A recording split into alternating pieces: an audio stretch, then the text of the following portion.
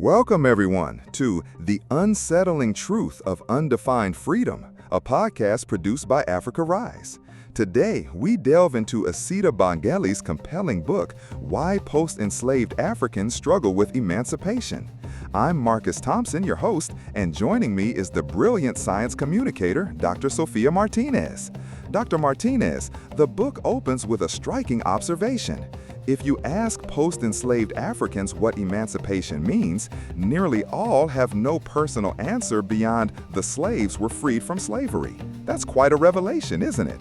It's absolutely unsettling, Marcus, a deeply profound truth.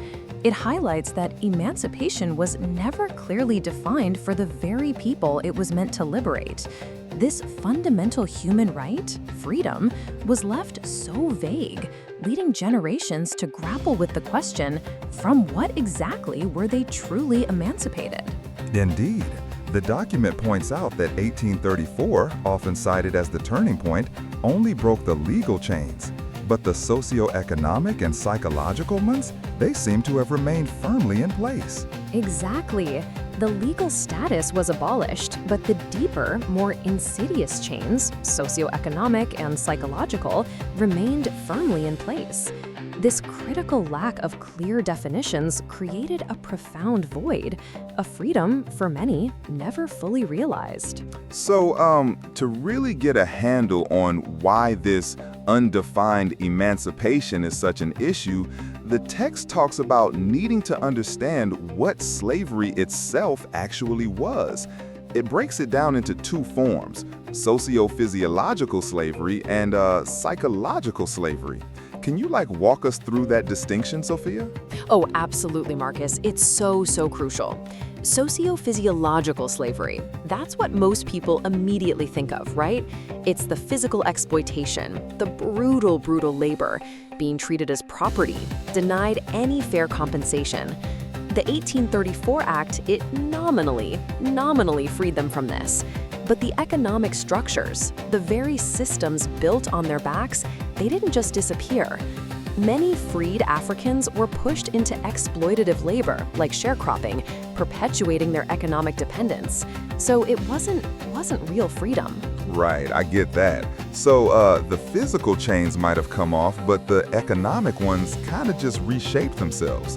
But then there's psychological slavery, which sounds even more deeply entrenched. It's the deeper, more insidious legacy, truly. This is the dehumanization, the systematic erasure of identity, cultures, languages, agency. Slavery wasn't just about forced labor. It was about stripping people of their humanity, convincing them and the world they were inferior, undeserving of rights.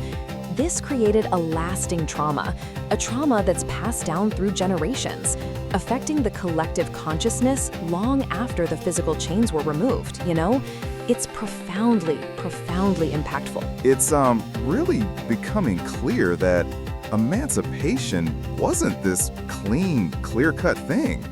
The document mentions several ambiguities of the 1834 proclamation, like partial freedom through apprenticeship.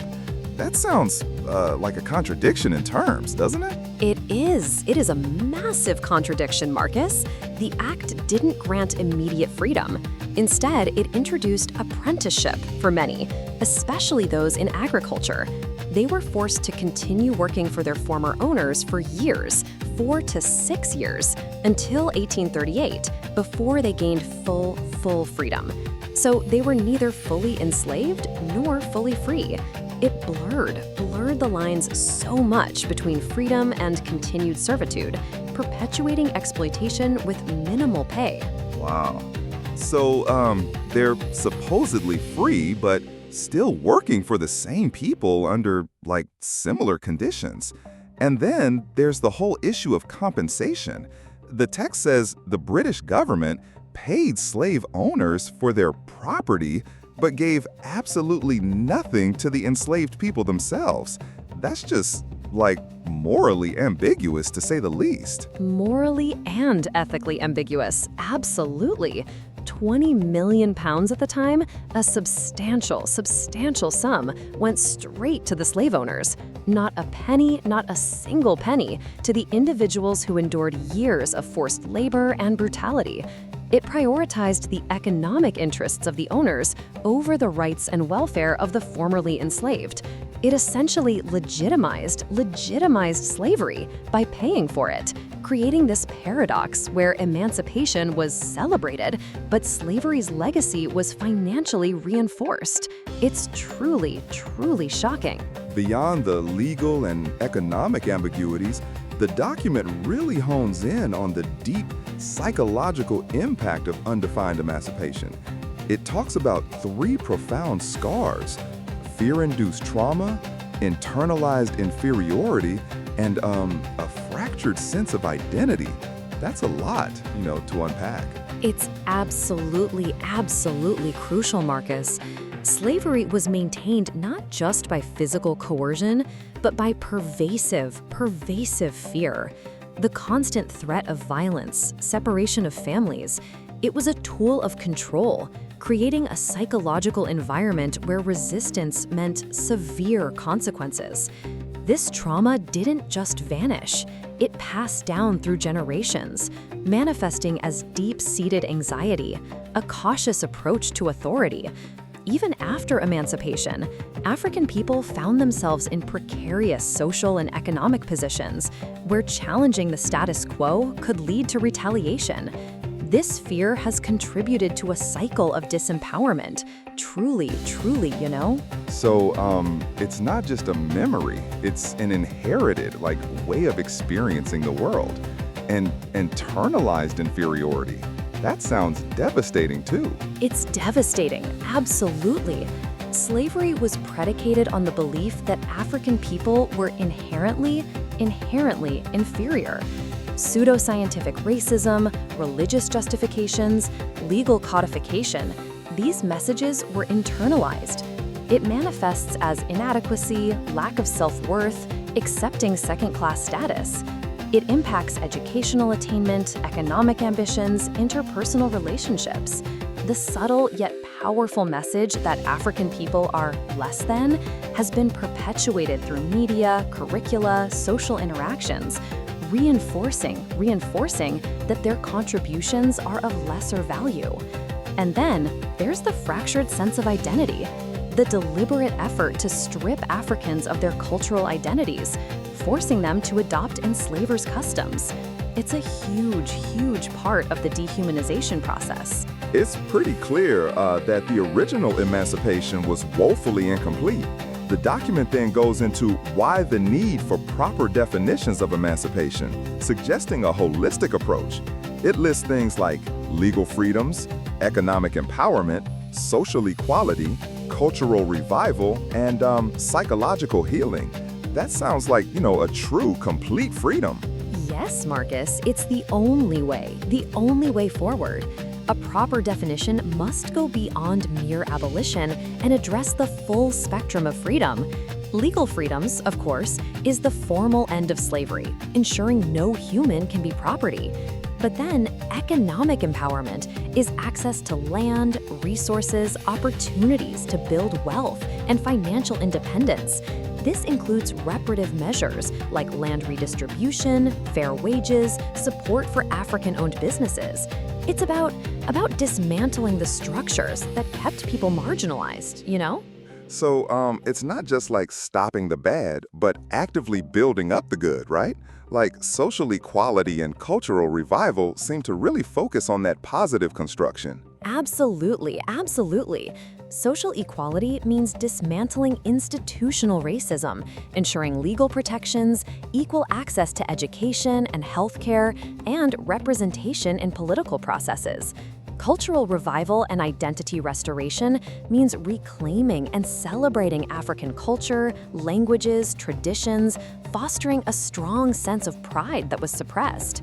And psychological healing, which is so important, addresses the trauma, internalized inferiority, fractured identities through mental health support, community counseling, and narratives that affirm humanity and worth. It's a truly, truly comprehensive vision. Do you know what I mean? So, once we have that proper holistic definition, what are the actual strategies? The document outlines strategies to combat the destructive effects of undefined emancipation, starting with education and awareness. That makes a lot of sense. Like you can't fix what you don't understand. Exactly, Marcus. Education is a truly, truly powerful tool for empowerment.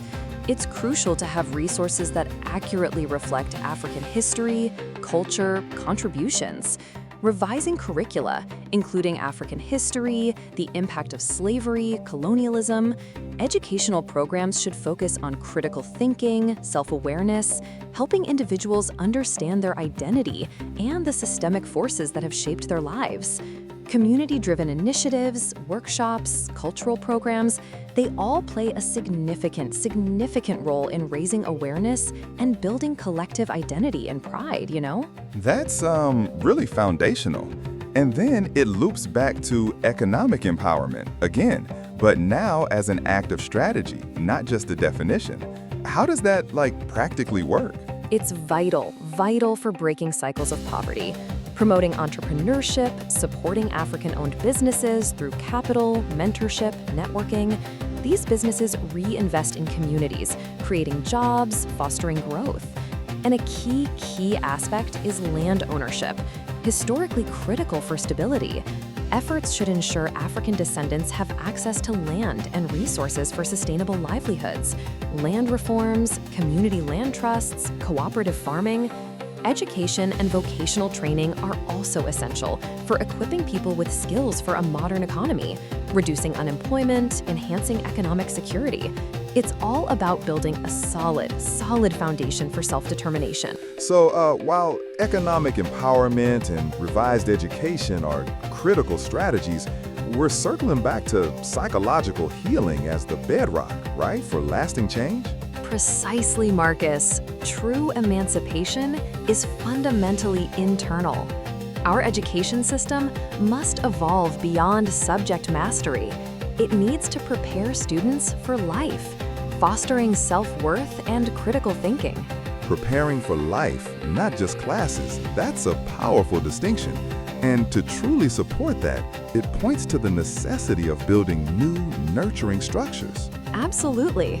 We need to actively grow institutions, centers for healing, learning, and cultural reclamation, explicitly designed to foster the holistic development of post-emancipation Africans, a foundational shift in support. It's a comprehensive vision. True freedom demands more than legal status. It requires conscious, sustained effort. Dr. Martinez, this has been incredibly insightful. Thank you for joining us as we close this episode.